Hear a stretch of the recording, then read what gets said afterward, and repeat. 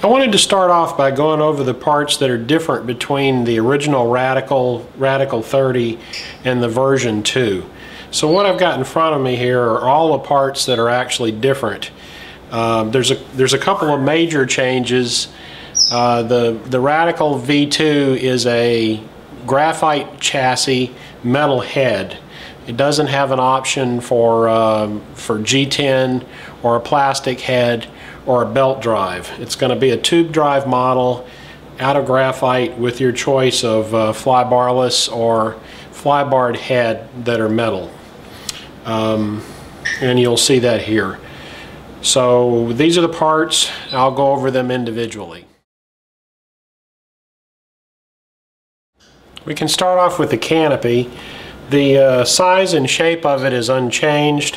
However, it does have this yellow, black, and orange color scheme. The black is graphite patterned. The Radikal is written in silver decals, and you can see it's quite bright. But in terms of the size and shape, it's the same as the original. It mounts the same way.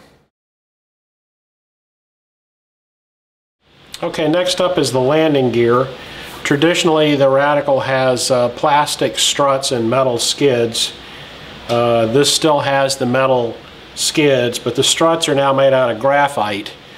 There's 4 plates. The ones in the front are a little more narrow than the ones in the back.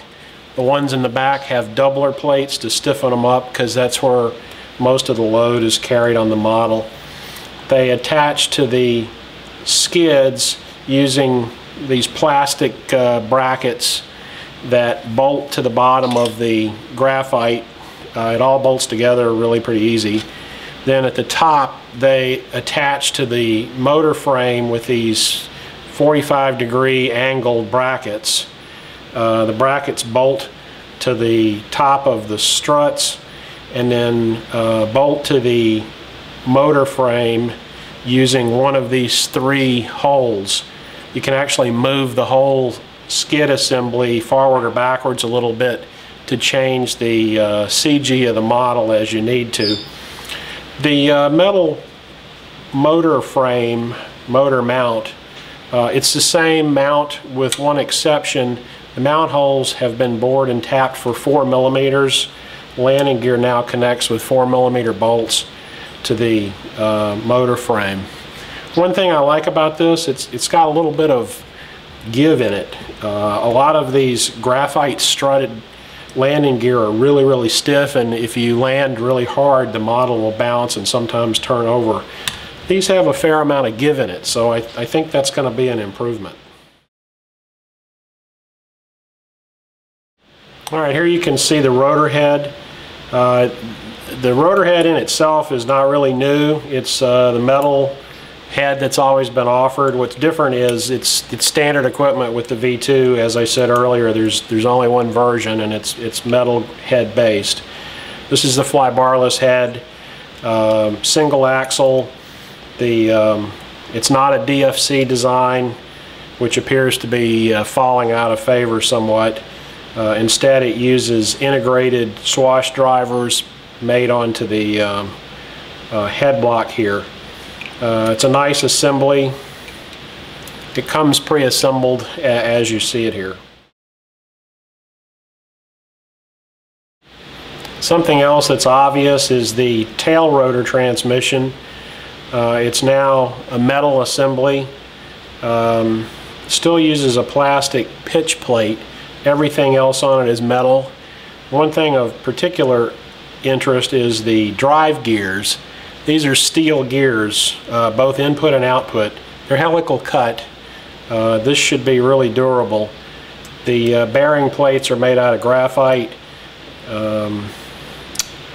The tail rotor axle is 6 millimeter now. It still has a step in it so that the 5 millimeter tail rotor will fit on it. And here's the tail rotor. This is the 3-bearing metal grip set. It'll be standard steel hub.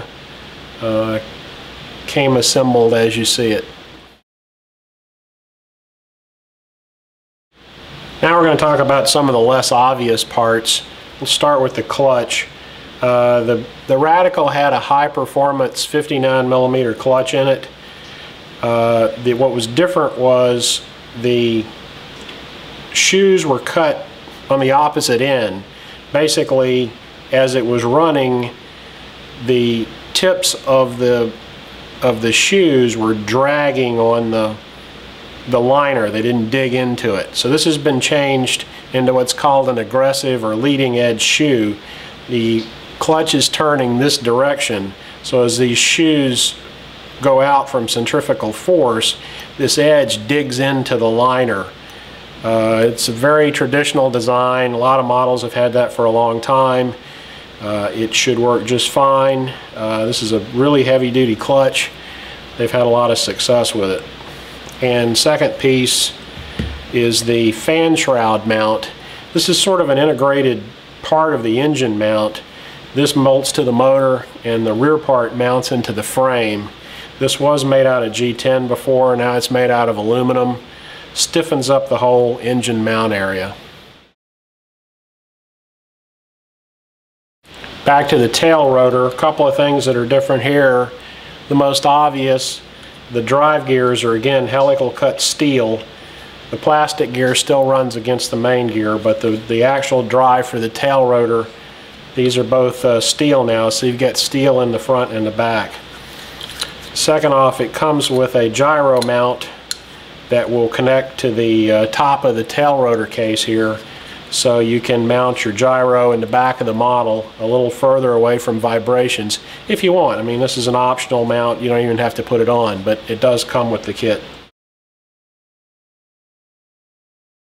Last couple of things, as those of you who have flown gas helicopters for a while know, it's not uncommon for the boom supports to oscillate at certain RPMs and speeds.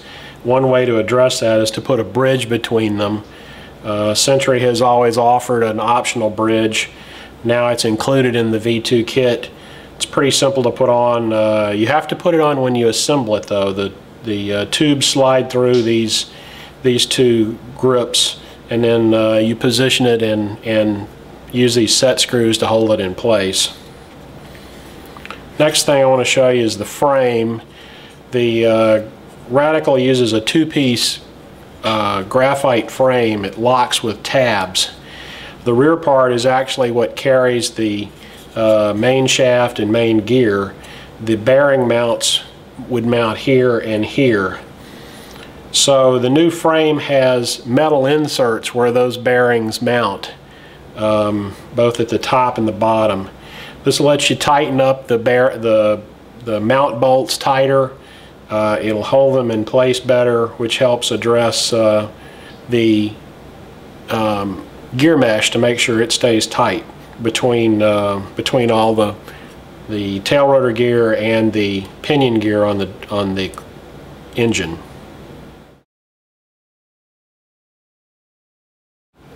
So there you have it. If you wanted to know what the difference was between the Radikal 30 and the V2 version, these are the parts that make up that difference, and I've explained to you what they're for.